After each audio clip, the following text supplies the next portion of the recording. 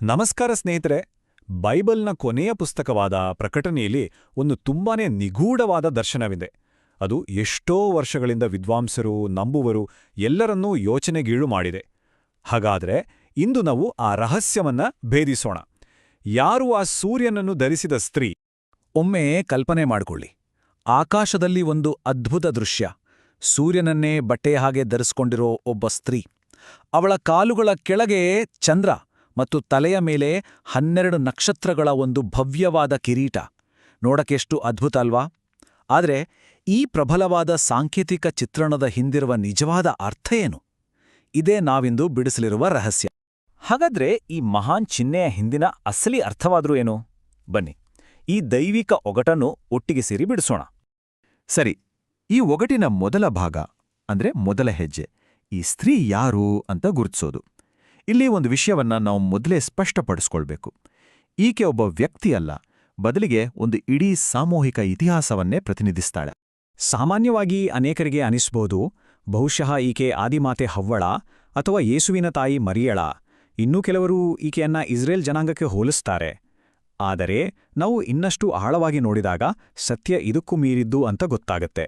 ಹಾಗಾದ್ರೆ ಅವಳ ನಿಜವಾದ ಗುರುತು ಏನು? ನೋಡಿ, ಈ ಸ್ತ್ರೀ ಒಬ್ಬ ವ್ಯಕ್ತಿಯಲ್ಲ, ಬದಲಿಗೆ ದೇವರ ನಿಷ್ಠಾವಂತ ಜನರ ಒಂದು ಇಡೀ ಪರಂಪರೆಯನ್ನೇ ಪ್ರತಿನಿಧಿಸುತ್ತಾಳೆ.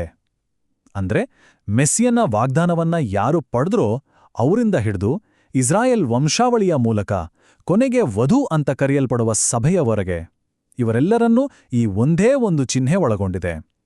ಇದೊಂದು ರೀತಿ ಇತಿಹಾಸದುದ್ದಕ್ಕೂ ಸಾಗಿಬಂದ ಆಧ್ಯಾತ್ಮಿಕ ವಂಶಾವಳಿ ಇದ್ದ ಹಾಗೆ. ಸರಿ, ಈಗ ನಾವು ಈ ರಹಸ್ಯದ ಮುಂದಿನ ಹಂತಕ್ಕೆ ಹೋಗೋಣ. ಆ ಸ್ತ್ರೀಯ ಗುರುತು ಮತ್ತು ಅಧಿಕಾರವನ್ನು ತೋರಿಸುವ ಆ ದೈವಿಕ ಅಲಂಕಾರಗಳಾದ ಸೂರ್ಯ, ಚಂದ್ರ ಮತ್ತು ನಕ್ಷತ್ರಗಳ ಅರ್ಥವೇನೆಂದು ತಿಳಿದುಕೊಳ್ಳೋಣ. ಮೊದಲನೇದಾಗಿ ಸೂರ್ಯ. ಈ ಸ್ತ್ರೀ ಸೂರ್ಯನನ್ನೇ ಧರಿಸಿದ್ದಾಳೆ.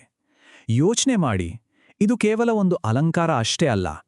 ಸಭೆಯು ದೇವರ ದೈವಿಕ ಮಹಿಮೆ ಮತ್ತು ಆತನ ನೀತಿಯಲ್ಲಿ ಸಂಪೂರ್ಣವಾಗಿ ಮುಳುಗಿದೆ ಅನ್ನೋದರ ಸಂಕೇತ ಇದು. ದೇವರು ಸ್ವತಃ ಬೆಳಕಾಗಿದ್ದಾನೆ ಮತ್ತು ಆತನ ಜನರು ಆ ಬೆಳಕಿನಿಂದಲೇ ಆವರಿಸಲ್ಪಟ್ಟಿದ್ದಾರೆ. ಆಮೇಲೆ ಬರೋದು ಚಂದ್ರ.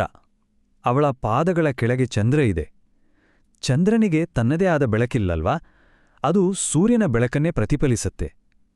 ಠೀಕ್ ಹಾಗೆಯೇ ದೇವರ ನಿಷ್ಠಾವಂತ ಜನರು ಸ್ವತಃ ಬೆಳಕಲ್ಲ, ಆದರೆ ಅವರು ದೇವರ ಸತ್ಯದ ಬೆಳಕನ್ನು ಈ ಜಗತ್ತಿಗೆ ಪ್ರತಿಬಿಂಬಿಸುತ್ತಾರೆ, ವಿಶೇಷವಾಗಿ ಕಷ್ಟದ ಕತ್ತಲೆಯ ಕಾಲದಲ್ಲಿ. ಮತ್ತು ಕೊನೆಯದಾಗಿ ತಲೆಯ ಮೇಲಿರುವ ಆ 12 ನಕ್ಷತ್ರಗಳ ಕಿರೀಟ.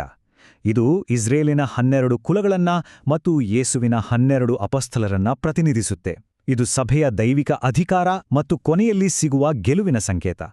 ನೋಡಿ, ಈ ಸೂರ್ಯ, ಚಂದ್ರ, ನಕ್ಷತ್ರಗಳು ಇವೆಲ್ಲವೂ ಸೇರಿದಾಗ ನಮಗೆ ದೇವರ ಜನರ ಗುರುತು, ಅವರ ಪಾತ್ರ ಮತ್ತು ಅವರ ಭವಿಷ್ಯದ ಒಂದು ಸಂಪೂರ್ಣ ಚಿತ್ರಣ ಸಿಗುತ್ತೆ. ಈಗ ನಾವು ಈ ಕಥೆಯ ಕೇಂದ್ರ ಸಂಘರ್ಷಕ್ಕೆ ಬರ್ತಾ ಇದೀವಿ.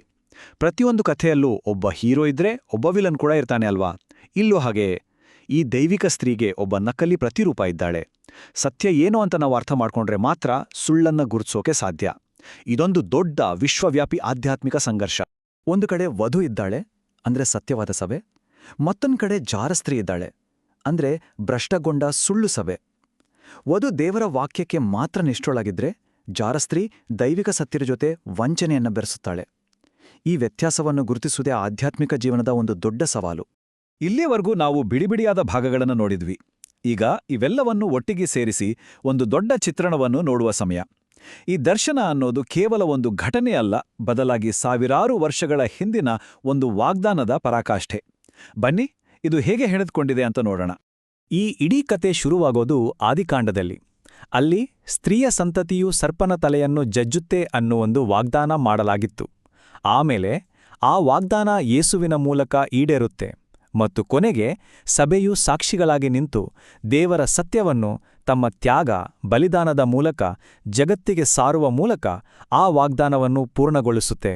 ಇದು ಬೈಬಲ್ನ ಆರಂಭದಿಂದ ಅಂತ್ಯದವರೆಗಿನ ಒಂದು ಮಹಾಕಥೆ. ಇಲ್ಲಿ ಒಂದು ತುಂಬನೇ ಮುಖ್ಯವಾದ ಬದಲಾವಣೆ ಇದೆ, ಅದನ್ನು ನಾವು ಗಮನಿಸಬೇಕು. ಹಳೆಯ ಒಡಂಬಡಿಕೆ ಕಲ್ಲಿನ ಫಲಕಗಳ ಮೇಲೆ ಬರೆಯಲ್ಪಟ್ಟಿತ್ತು ಮತ್ತು ಅದು ಮುರಿಯಲ್ಪಟ್ಟಿತ್ತು. ಆದರೆ ಹೊಸ ಒಡಂಬಡಿಕೆ ಹಾಗಲ್ಲ, ಅದು ಕ್ರಿಸ್ತನ ರಕ್ತದಿಂದ ನೇರವಾಗಿ ನಮ್ಮ ಹೃದಯಗಳ ಮೇಲೆ ಬರೆಯಲ್ಪಟ್ಟಿದೆ. ಇದು ಮುರಿಯಲಾಗದ ಶಾಶ್ವತವಾದ ಒಂದು ಬಂಧ. ಇದೇ ಸಭೆಯ ನಿಜವಾದ ಶಕ್ತಿ ಮತ್ತು ಗುರುತು. ಹಾಗಾದ್ರೆ ಈ ಇಡೀ ದರ್ಶನದ ಸಾರಾಂಶ ಏನು? ಸೂರ್ಯನನ್ನು ಧರಿಸಿದ ಸ್ತ್ರೀ ಪ್ರತಿನಿಧಿಸುವ ಸಭೆಯ ಅಂತಿಮ ಕರೆ ಒಂದೇ ಒಂದು: ದೇವರನ್ನು ಮತ್ತು ನಮ್ಮ ನೆರೆಯವರನ್ನು ಪ್ರೀತಿಸೋದು. ಕೇವಲ ಮಾತುಗಳಲ್ಲಿ ಅಲ್ಲ, ಅಗತ್ಯ ಬಿದ್ದರೆ ಮರಣದವರೆಗೂ ನಿಷ್ಠೆಯಿಂದ ಪ್ರೀತಿಸೋದು. ಈ ಪ್ರೀತಿಯೇ ಅಂತಿಮ ವಿಜಯದ ಸಂಕೇತ. ನಿಜಕ್ಕೂ ಇದೊಂದು ದೊಡ್ಡ ಸವಾಲು ಮತ್ತು ಕರೆ ಅಲ್ಲ?